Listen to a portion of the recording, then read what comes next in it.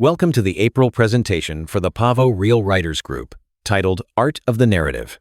This presents the techniques for proper pacing and flow of your story's narrative. This is essential for readability and story comprehension. Sit back, enjoy your donut and whatever you are drinking, and enjoy the ride. You will note that this is a complex topic. Remember that each genre favors its own favored structure and story pacing. Keep this in mind as you look at the many ways your story can be told. I also apologize for the obvious misspelling of the word real. The AI I use to generate the artwork is hardwired to always misspell something, and the word real seems to upset the AI gods. We've all been there, right? You get this flash of a brilliant story idea, but then you sit down to write, face that blinking cursor, and poof, it's gone. Well, it turns out the greatest stories don't just happen by accident. They start with a map, and today we're going to learn how to draw one. Okay, let's just dive right into this universal struggle. You've got your world, you've got your characters, you sit down, ready to go, and then just silence. The dreaded blank page. It's this wall that every single creator, from a first-time writer to a veteran screenwriter, slams into. Man, this quote just nails that feeling, doesn't it? That feeling of total creative paralysis. The world that was so vivid in your head just a second ago feels a million miles away. That big question, what now, is exactly what we're here to answer. Because the solution isn't just to try and write harder, it's to plan smarter. You know, that feeling of being trapped by your own story is really just a symptom of a much deeper issue. All these common writing mistakes, clunky exposition dumps, characters who do things for no reason, they almost always come down to one thing: starting the journey without having any idea where you're going. So let's switch gears from the problem to the solution. I want you to think of your story's plan not as some rigid set of rules, but as your compass, right? It's the tool that makes sure every scene, every choice, every single line of dialogue is actually pointing you toward a powerful ending. Now, to use that compass, you got to understand the terrain. And that starts with this absolutely crucial distinction: the difference between story and plot. A story is just the sequence of events. The king died, and then the queen died. Simple. But a plot gives it meaning. The king died, and then the queen died of grief. That one little piece, the why, that's everything. That's the plot. This old navigator's rule is basically the first principle for every writer. Before you even type chapter 1, you have to know where your story ends. And look, this isn't about killing spontaneity. It's about giving your creativity a clear direction to head in. Okay, so you need a plan, a map. But which one? Well, the good news is there isn't just one right way to do this. There's a whole toolbox full of different structural frameworks, and each one is designed for a different kind of narrative journey. Let's just glance at some of the classics, shall we? You've got the three-act structure. That's the backbone of most stories you've ever seen or read. The hero's journey, that's for your huge transformative epics like Star Wars. Freytag's pyramid is tailor-made for tragedies, building up to that big inevitable disaster. And the Fichtine curve is awesome if you want to just drop your reader right into the middle of the action from page 1.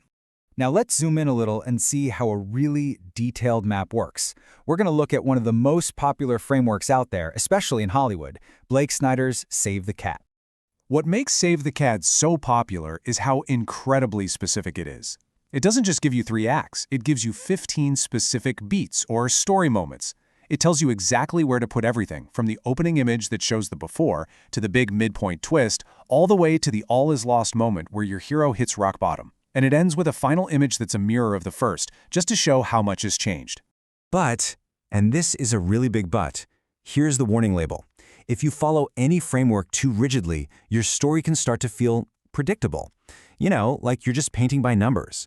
As this writer discovered, a map can get you there faster for sure, but it doesn't guarantee the trip will be interesting. The tool has to serve the story, not the other way around. And believe me, the toolbox is massive. You've got the snowflake method, where you grow your story out from a single sentence. The heroine's journey, which is all about the internal quest.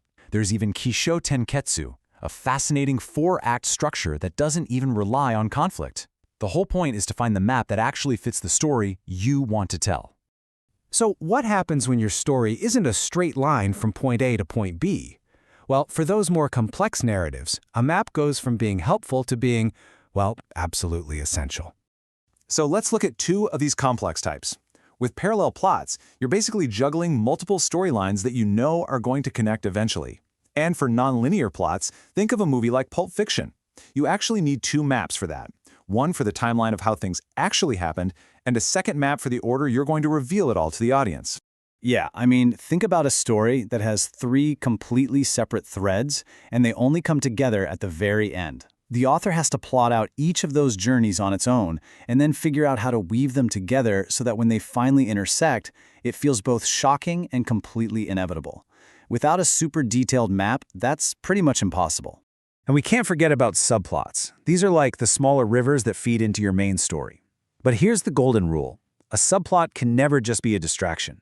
It has to connect back. It has to make things harder for the main character, or maybe reveal something new about them, or just reinforce the whole point of the story.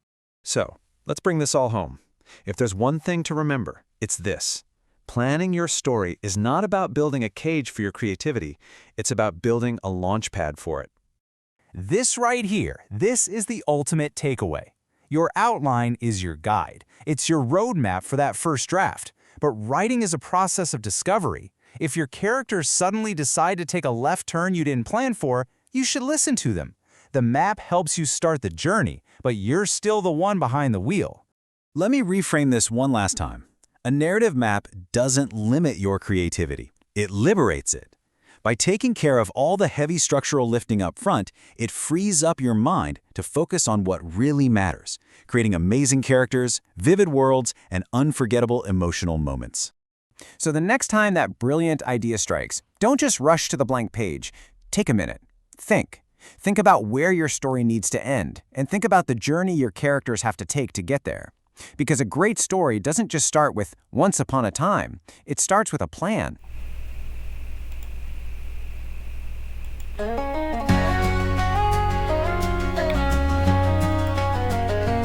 In the El Paso library, writers gather round.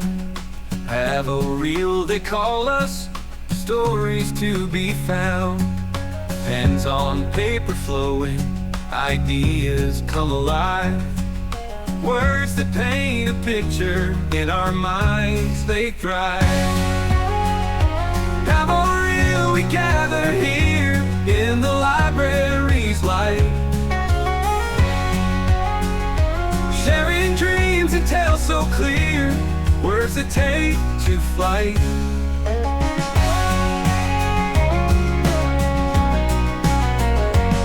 From fiction to our memoirs, poetry to prose, every line and chapter where imagination grows.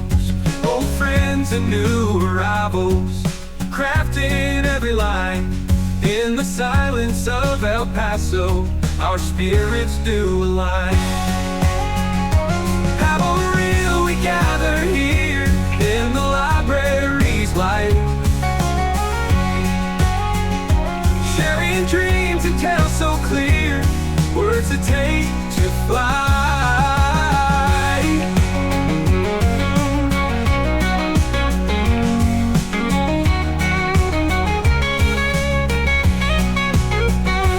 From fiction to our memoirs, poetry to prose, every line and chapter where imagination grows.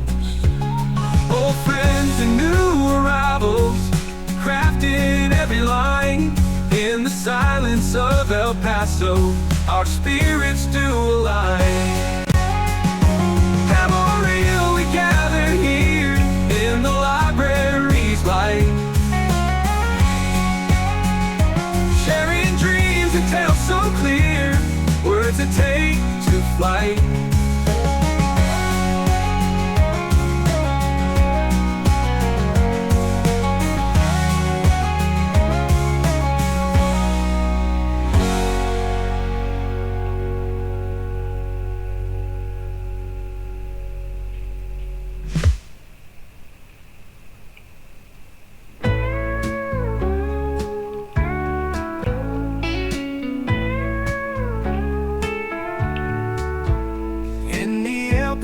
Library, writers gather round.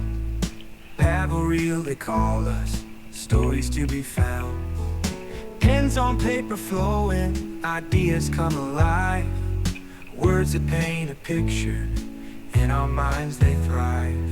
Pavo real, we gather here in the library's light, sharing dreams and tales so clear, words that take to fly.